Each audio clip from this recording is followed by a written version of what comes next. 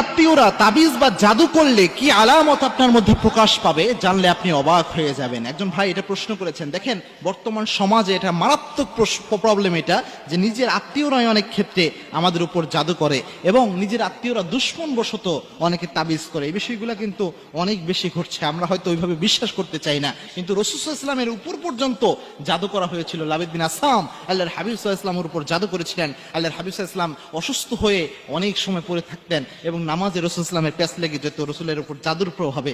এত মারাত্মক একটা বিষয় এবং এটা খুবই মারাত্মক ইফেক্ট ফেলে একজন ব্যক্তির উপরে। ব্ল্যাক ম্যাজিক বলেন বা তাবিজ কবজ বলেন, খুব মারাত্মক। এই কোনো ব্যক্তির উপর যদি তার নিকটাত্মীয়রা বা তার কোনো তাকে দেখতে পারে না, হিংসার বশবর্তী হয়ে এমন কোনো ব্যক্তি যদি তাবিজ করে বা জাদু করে, কয়েকটি আলামত ন্যাচারালি তাদের মধ্যে প্রকাশ পায়, যেটা আলেমরা প্রেসক্রাইব করেছেন বা সাজেস্ট করেছেন। তার মধ্যে এক নাম্বার যে আলামতটা প্রকাশ পায় সেটা হচ্ছে ইবাদতে বিশাল একটা অনীহা তৈরি হবে ব্যক্তির ব্যাপারে।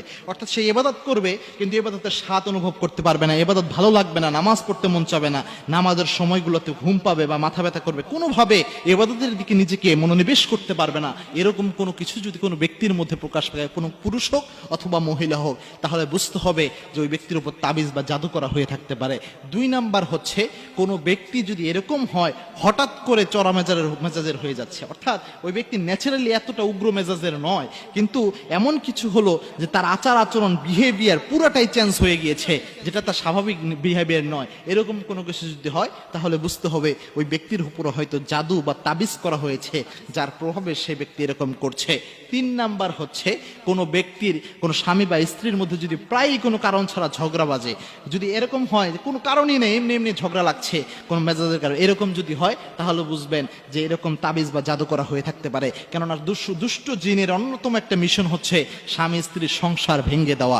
এবং কি আল্লাহর হাবিব সাল্লাল্লাহু আলাইহি ওয়াসাল্লাম জানিয়েছেন, বুখারীর বর্ণনা, কোন ইবলিস শয়তান সমুদ্রের উপর তার আসনকে সমাসীন করেন, এরপর ইবলিস শয়তান খবর নিতে থাকে কে কেউ কোন অপরাধ করেছেন। যে জিন এসে তাকে সংবাদ দেয় আমি খুন করিয়েছি, ওই জিনের উপর বেশি ইবলিস খুশি হতে পারে না। যে জিন এসে বলে আমি অমুককে মিথ্যা কথা বলিয়েছি, এক জিন এসে বলে আমি অমুককে জিনা করেছি, ব্যভিচার করিয়েছি, সুদ খাচ্ছি, কোনোটাই ইবলিস এত বেশি খুশি হয় না। কিন্তু যে ইবলিস এসে বলতে পারে যে আজকে অমুক অমুক স্বামী এবং স্ত্রীর সম্পর্ককে আমি নষ্ট করে দিয়েছি, তখন ইবলিস শয়তান তাকে পুরস্কৃত করে।